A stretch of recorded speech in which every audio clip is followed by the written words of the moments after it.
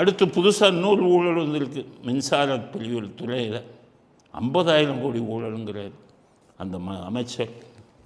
என்ன சொல்கிறாருன்னா, நிர்மல்குமார் ஏற்கனவே இந்த டிரான்ஸ்ஃபார்மரில் உங்களுக்கு 317 கோடி ஊழல், அதை அறப்போர் இயக்கம் சொல்லி சிபிஐக்கு போய் விசாரிச்சுக்கிட்டு இருக்காங்க.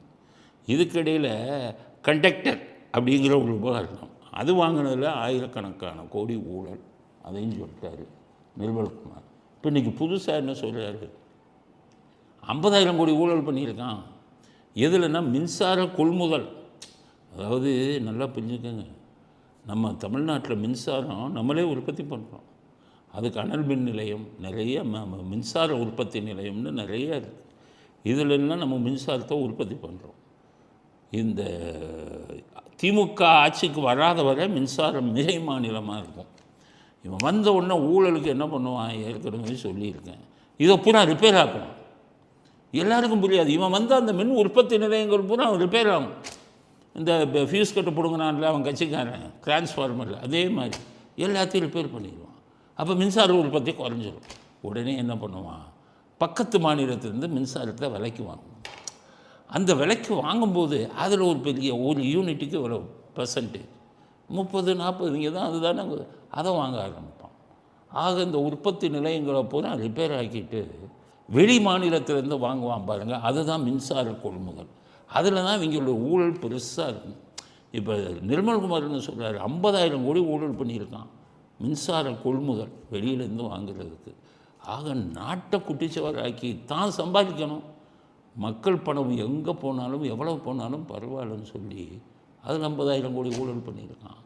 இதை விட முக்கியமான அதிர்ச்சி தரும் செய்தியை மின்சார அமைச்சர் சொல்கிறார் நிர்மல்குமார். மிகப்பெரிய அதிர்ச்சியான செய்தி என்னன்னு கேட்டிங்கன்னா, நமக்கெல்லாம் கரண்ட்டு ரேட்டை கூட்டினாங்கல்ல, மின்சார கட்டணத்தை 2 மடங்கு 50% தான் கூட்டினு 2 மடங்கு கூட்டி விட்டான் எல்லாத்துக்கும். பாவம், வாடகையை விட அதிகமாக பில்லு கட்டிக்கிட்டு இருக்காங்க மின்சார பில்லு. சென்னையிலலாம் வாடகையை விட அதிகம் மின்சார பில்லு. ரொம்ப பேர் சென்னையில் வீடை காலி பண்ணிவிட்டு இதுக்கு போயிட்டாங்க, சென்னை புறநகர் பகுதிக்கு போயிட்டாங்க.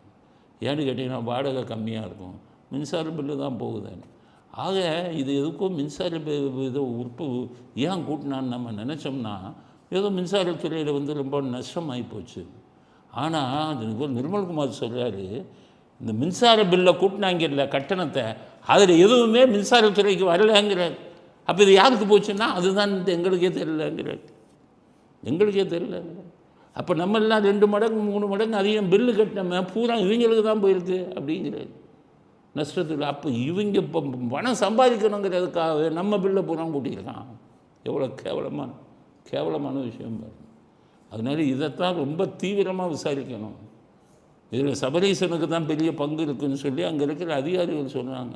இதை முதல்ல தீவிரமாக விசாரிங்க. எங்கள் தலையில் மின்சார கட்டணத்தை உயர்த்தி அதை பூரா அடித்து கொள்ளையடிச்சுட்டு போயிருக்கானா, இதுக்கு தூக்கில் போட்டால் கூட அது தப்பு இல்லை. அதனால் சீக்கிரம் இந்த ஊழல் வெளியில் வர வேண்டும் அப்படிங்கிறத அவங்களுக்கு தாவேக அரசுக்கும் விஜய் அவர்களுக்கும் நிர்மல்குமார் அவர்களுக்கும் நம்ம கோரிக்கையாக விடுக்க விரும்புகிறோம். வெள்ளை அறிக்கையில் நீங்கள் இவ்வளோ சொன்னீங்க, பிடிச்சி யார் இதில் பங்கு வாங்கினான்னு எல்லாத்தையும் கைது பண்ணும் அப்படிங்கிறது. அடுத்த ஊழல் வந்துடுச்சு, அதை பற்றி பேசணும்ல.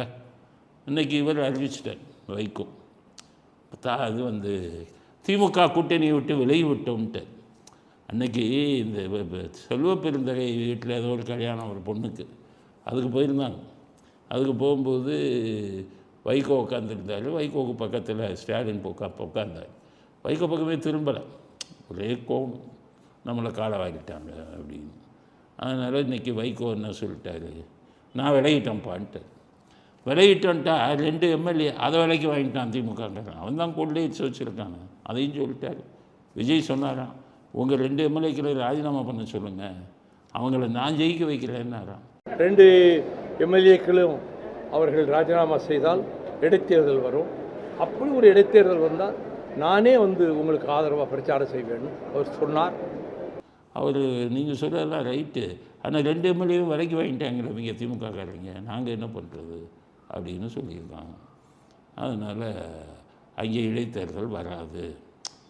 வைகோ ஆளுங்கள் ராஜினாமா பண்ணி இன்னும் ஒரு 2 எம்எல்ஏ கூட போயிடுச்சுன்னா தாவைக்காவுக்கு அசைக்க முடியாமல் போயிருமேன்னு சொல்லி திட்டம் போட்டு சதி திட்டம் போட்டு உதயநிதி 2 எம்எல்ஏக்களுக்கும் பெரிய அளவில் பணத்தை கொடுத்து திமுக பக்கம் வந்துடுங்க அப்படின்னு ஏற்பாடு பண்ணியிருக்காரு அப்படின்னு இப்போ வைகோ பேச்சிலேருந்து இதுதான் தெரியுது. ஆனால் வைகோ ஒன்றும் உறுதியாக சொல்லிட்டார், வருங்காலங்களில் எந்த தேர்தல் நடந்தாலும், அது உள்ளாட்சி தேர்தல் நடந்தாலும் சரி, சட்டசபை தேர்தல் நடந்தாலும் சரி, தாவேக்காவுடன் தான் கூட்டணின்ட்டார். அதனால் கூட்டணியில் இருந்த ஒரே ஒரு இதுவும் வெளியில் போயிடுச்சு அப்படிங்கிறது நாட்டுக்கு மகிழ்ச்சியான செய்தி.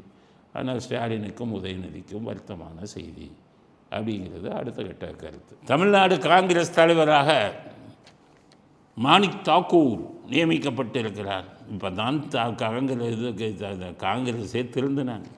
இந்த செல்வப் பெருந்தகையை போட்டு பட்டியலினத்து மக்களில் எவ்வளவோ அறிவாளிங்க இருக்காங்க, நல்லவங்க இருக்காங்க. கக்கன்லாம் பட்டியலினத்து மக்களை சேர்ந்தவர் தான். அந்த மாதிரி ஒரு ஆளை போட வேணாமா? செல்வப் பெருந்தகை கொலை கேஸில் சம்மந்தப்பட்டவர், ரிசர்வ் ஒரு பேங்க்கில் பியூனாக இருந்தவர். அவர் அரசியலுக்கு பெரிய ஆளாக போய் காங்கிரஸ் தலைவராக போட்டால் அங்கே போய் சவுக்கு சங்கர் வீட்டில் மலத்தை கொட்டி கழிவு நீரை கொட்டி ஆட்களை வச்சு அப்புறம் அந்த கதை பூரா வெளியில் வந்தது. ஆனால் அந்த அயோக்கியத்தனம் பண்ணுறவங்களுக்கு பூரா ஸ்டாலின் பாதுகாப்பு கொடுப்பார். அவரை கைது பண்ணலை, எஃப்ஐஆரே போடல. அப்போ அருண் தான் இருந்தார். ஸ்டாலினுக்கு ஜாலியாக அடிச்சுட்டு ஒன்றுமே பண்ணல. அந்த வழக்கு பாருங்கள். அப்போ ஊற்றுனது யாரையா? சேர் பாபு செல்வப்பிறந்தன்னு அவர் சொன்னார், சவுக்கு சங்கரை. அவங்க கைதும் பண்ணாலே எஃப்ஐஆர் போடல. அப்போ யார்? ஏன்னா அவர் காங்கிரஸ் தலைவரான். சரி, ஆம்ஸ்டாங்கிறவரை கொலை பண்ணாங்கல்ல, அவங்க குடும்பத்தில் செல்வப்பிறந்தைக்கு தான் அதில் தொடர்பு இருக்குதுன்னாங்க. கடைசிவரை ஸ்டாலின் அவர் விசாரிக்கலை. அருண் என்ன பண்ணிட்டாரு? இந்த விஷயம் தெரிஞ்ச ஒருத்தரை என்கவுண்டரில் போட்டு கொண்டுட்டார். அதுலேருந்து தப்பிச்சிட்டார்.